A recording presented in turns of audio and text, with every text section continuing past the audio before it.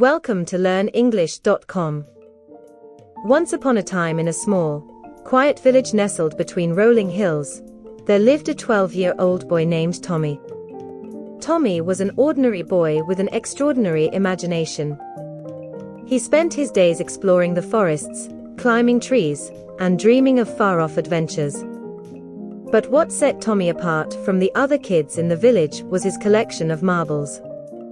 Tommy's marbles were unlike any others.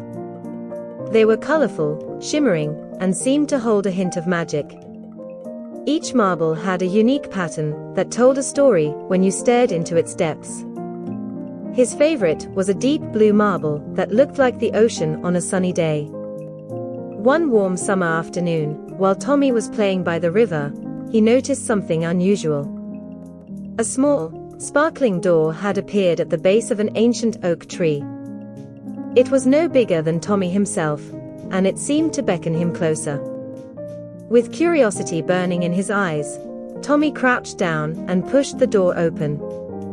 To his astonishment, he found himself in a magical world filled with talking animals, enchanted forests, and hidden treasures.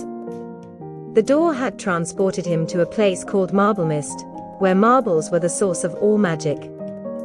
As Tommy explored Marblemyst, he met a friendly squirrel named Squeaky and a wise owl named Oliver. They explained that the marbles in Tommy's collection were not ordinary marbles, they were the legendary marbles of imagination.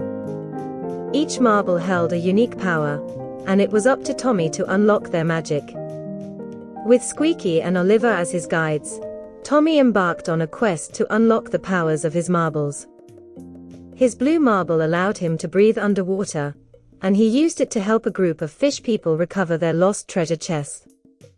His red marble let him speak the language of birds, and he used it to negotiate a truce between two feuding bird clans. His green marble gave him the ability to heal wounded creatures, and he used it to mend a magical tree that was slowly withering away. Tommy's adventures in Marblemyst continued, and with each marble he unlocked, he became more skilled and confident. But he soon realized that there was a darkness looming over the magical world. An evil sorceress named Morgana was stealing the magic from Marblemyst, turning it into a gray and lifeless place. Determined to save Marblemyst, Tommy and his newfound friends devised a plan to confront Morgana. They used the power of Tommy's marbles to create a dazzling display of light and color, dazzling the sorceress and weakening her hold on the magic. In a final showdown, Tommy used the last marble, the golden one, which held the power of pure imagination. He imagined a world where Morgana was no longer consumed by darkness, and the sorceress was transformed into a kind and gentle guardian of Marblemyst. As the magic returned to Marblemyst, Tommy knew it was time to go home. He said his farewells to Squeaky and Oliver, promising to return whenever they needed him. With a heavy heart, he stepped back through the sparkling door, which closed behind him. Tommy found himself back in his own village, with the sun setting over the hills. He looked at his marbles, now filled with the memories of his adventures in Marblemyst, and smiled.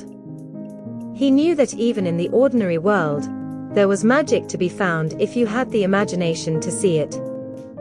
From that day on, Tommy's marbles became a source of inspiration for the entire village. Kids and adults alike would gather around him, listening to the tales of his adventures in Marblemyst.